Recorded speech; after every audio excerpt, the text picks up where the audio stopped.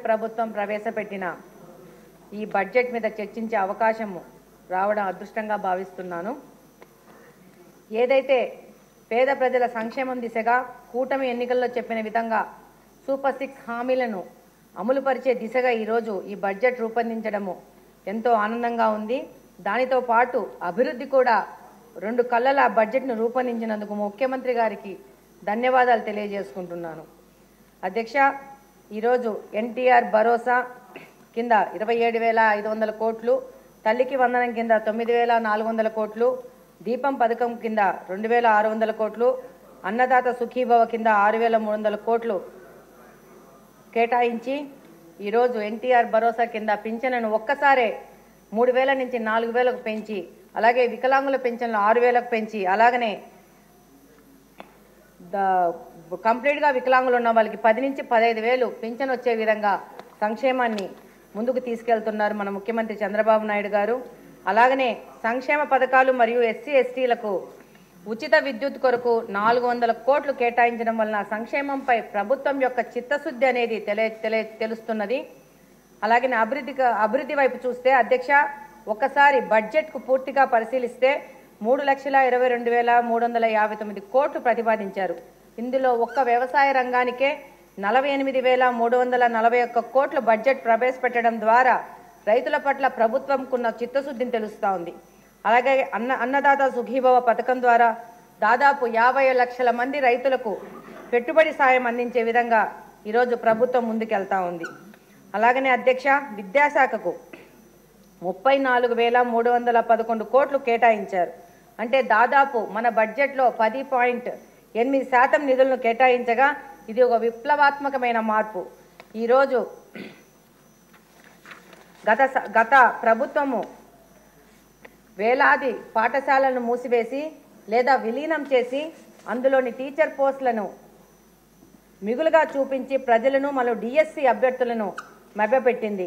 కానీ కూటమి సర్కారు అధికారంలోకి వచ్చిన వెంటనే సాంకేతిక సమస్యలన్నింటినీ పరిష్కరించి ఇచ్చిన హామీల మేరకు 16,347 ఉపాధ్యాయ పోస్టులకు మెగా డిఎస్సిని ప్రకటించింది. దీనిని ప్రస్తుత బడ్జెట్లో కూడా ప్రస్తావించడం గమనార్హం. అలాగనే విద్యా భావితరాల భవిష్యత్తుకై మంత్రి గారు నారా లోకేష్ గారు తన చిత్తశుద్ధి తెలియజేస్తూ ఈ యొక్క బడ్జెట్లో ఇంత పెద్ద ఎత్తున కేటాయించడం జరిగింది. ఇది ఆయన ఆలోచన ఘనతకు నిదర్శనం. అలాగనే వైద్య రంగానికి 19,264 కోట్లు కేటాయించారు. ఇది బడ్జెట్లో 6% తీసుకున్నది. దీని ద్వారా ప్రజా ఆరోగ్యంపై ప్రభుత్వం యొక్క చిత్తశుద్ధి ప్రస్ఫుటంగా తెలుస్తున్నది. గత ప్రభుత్వం వైద్య రంగాన్ని అస్తవ్యస్తం చేసింది. దాన్ని సరిదిద్ది ప్రజలకు అందుబాటులోకి తీసుకురావాల్సిన అవసరం ఉంది. అందుకని ఇంత పెద్ద ఎత్తున వైద్య రంగానికి బడ్జెట్ కేటాయింపులు చేయడం జరిగింది. అలాగనే మున్సిపల్ శాఖకు 13,862 కోట్లు, పంచాయతీరాజ్కు 18,867 కోట్లు, నీటిపారుదల శాఖకు 1,819 కోట్లు, రోడ్స్ అండ్ బిల్డింగ్స్కి 8,785 కోట్లు కేటాయించడం జరిగింది. అధ్యక్ష, పైన శాఖలను గత ప్రభుత్వం పూర్తిగా నిర్లక్ష్యం చేసింది. గత ప్రభుత్వంలో గర్భిణులు రోడ్డు మీద వెళ్తే అక్కడికక్కడే వాళ్ళకి ప్రసవం అయ్యే స్థితిలో రోడ్లను వదిలిపోయారు గత ప్రభుత్వంలోని పెద్దలు. అందుకే రోడ్స్ అండ్ బిల్డింగ్ శాఖకు ఇంత పెద్ద నిధులను కేటాయించారు. దీనికి ముఖ్యమంత్రి గారికి ధన్యవాదాలు తెలియజేసుకుంటున్నాను. అధ్యక్ష, అలాగనే ఈరోజు నీటిపారుదల శాఖలో పోలవరానికి 6,700 కోట్లు కేటాయించారు. పోలవరం అనేది రాష్ట్రం యొక్క ప్రధాన ప్రాధాన్యత ప్రాజెక్టుగా తీసుకుపోవడం జరుగుతూ ఉంది. రాష్ట్రం యొక్క రూపురేఖలను మార్చే గొప్ప చారిత్రక ప్రాజెక్టు పోలవరం ప్రాజెక్టు. ముఖ్యంగా రాయలసీమ ప్రాంతవాసినైన నేను ఆ ప్రాంత అభివృద్ధికి ఈ ప్రాజెక్టు ఎంతగా ఉపయోగపడుతుందో పూర్తిగా తెలిసినదాన్ని. ఈ ప్రాజెక్టు వలన మా ప్రాంతము హార్టికల్చర్ హబ్గా మారుతుందని తెలియజేసుకుంటున్నాను. అలాగనే ముఖ్యమంత్రి గారు పోలవరం నుంచి బనకచెర్ల వరకు నీటిని తీసుకురావాలనే ఒక పెద్ద భాగీరథ ప్రయత్నంతో ముందుకెళ్తున్నారు. ఇంకా ఒక ముఖ్య విషయం ఏంటంటే అధ్యక్ష, క్యాపిటల్ ఎక్స్పెండిచర్ ద్వారా 40,635 కోట్లు కేటాయించారు. గత ప్రభుత్వము 1,000 కోట్లు కేటాయించి అందులో 10% కూడా ఖర్చు చేయలేదు. ఆ ఖర్చును కూడా వాళ్ళ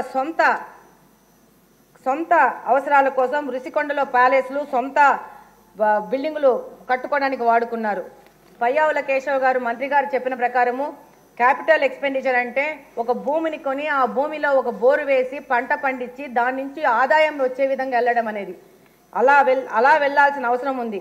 కానీ గత ప్రభుత్వం చేసిన వాటి వల్ల ఎంతో నష్టపోయాము. ఈరోజు ఈ మూలధన నిధి ద్వారా రాష్ట్ర అభివృద్ధి కార్యక్రమాలు రూపొందించుకుంటున్నాయి. ఇకపోతే రాష్ట్రానికి పెట్టుబడులు కోసం ముఖ్యమంత్రి గారు లోకేష్ గారు దావోస్ పర్యటన ద్వారా పెట్టుబడుల వరదకు సృష్టించారు. ఇందువలన 4 లక్షల ఉద్యోగాల అవకాశాలు వచ్చే విధంగా పెట్టుబడిదారులైన NTPC, green energy limited, NHCC, BPCL, Reliance Industries, Tata power, Greenko company, TCS లాంటి ఎన్నో కంపెనీలు రాష్ట్రానికి వచ్చి ఇక్కడ యొక్క అభివృద్ధికి ముందుకెళ్తున్నారు. దీనికి కారణం లోకేష్ గారి కారణము. అలాగనే అధ్యక్ష, గత ప్రభుత్వము తెలుగు భాషను కంప్లీట్గా విస్మరించడము, ఇంగ్లీష్ మీడియంను తీసుకురావడము, తెలుగు మీడియం ఉండాలి అని చెప్పిన ప్రతిపక్షాలని ఎద్దేవా చేస్తూ మనం తప్పు చేస్తున్నామని చెప్తున్నారు. యాజ్ ఏ మదర్గా, ఒక మహిళగా నా పిల్లల్ని పెంచుకున్న విధానంలో మదర్ టంగ్ అనేది ఎంత ముఖ్యమో పిల్లలకి అనేది నాకు తెలుసు. దానికోసము ఈసారి ప్రభుత్వము తెలుగు భాష పరిరక్షణకై తొలిసారి 10 కోట్ల రూపాయలు కేటాయించడం జరిగింది. అలాగనే మాదక ద్రవ్యాల రహిత రాష్ట్రంగా ముందుకు తీసుకెళ్లడానికి నవోదయ కింద 2.0 కింద 10 కోట్లు మనకు కేటాయించడం జరిగింది. అలాగనే గత ప్రభుత్వం ఇసుక ద్వారా వ్యాపారాలు చేస్తే ఈ ప్రభుత్వము ఉచిత ఇసుక ఇచ్చి మన మన మన కార్మికులకు ఎంతగా భరోసాగా ఉంది. అలాగనే ఒక నిమిషం, నేను చిన్న షార్ట్ నోట్స్ రాసుకున్నాను. గత సర్కార్ పెట్టిన 22,500 కోట్ల బకాయిలను మన కూటమి సర్కార్లు చెల్లించి గత ప్రభుత్వం నిలిపివేసిన 73 కేంద్ర ప్రాయోజిత పథకాలను పునరుద్ధరించడం జరిగింది. అలాగనే అధ్యక్ష, ఇమాం మౌజాంలకి జీతాలను పెంచిన ఘనత కూడా మన ప్రభుత్వానిదే. ఈరోజు పాఠశాలలు ఎదుర్కొంటున్న సమస్యను గుర్తించి ప్రభుత్వ పాఠశాలన్నిటికీ ఉచిత విద్యుత్ని సరఫరా చేయాలని నిర్ణయించడం హర్షణీయం.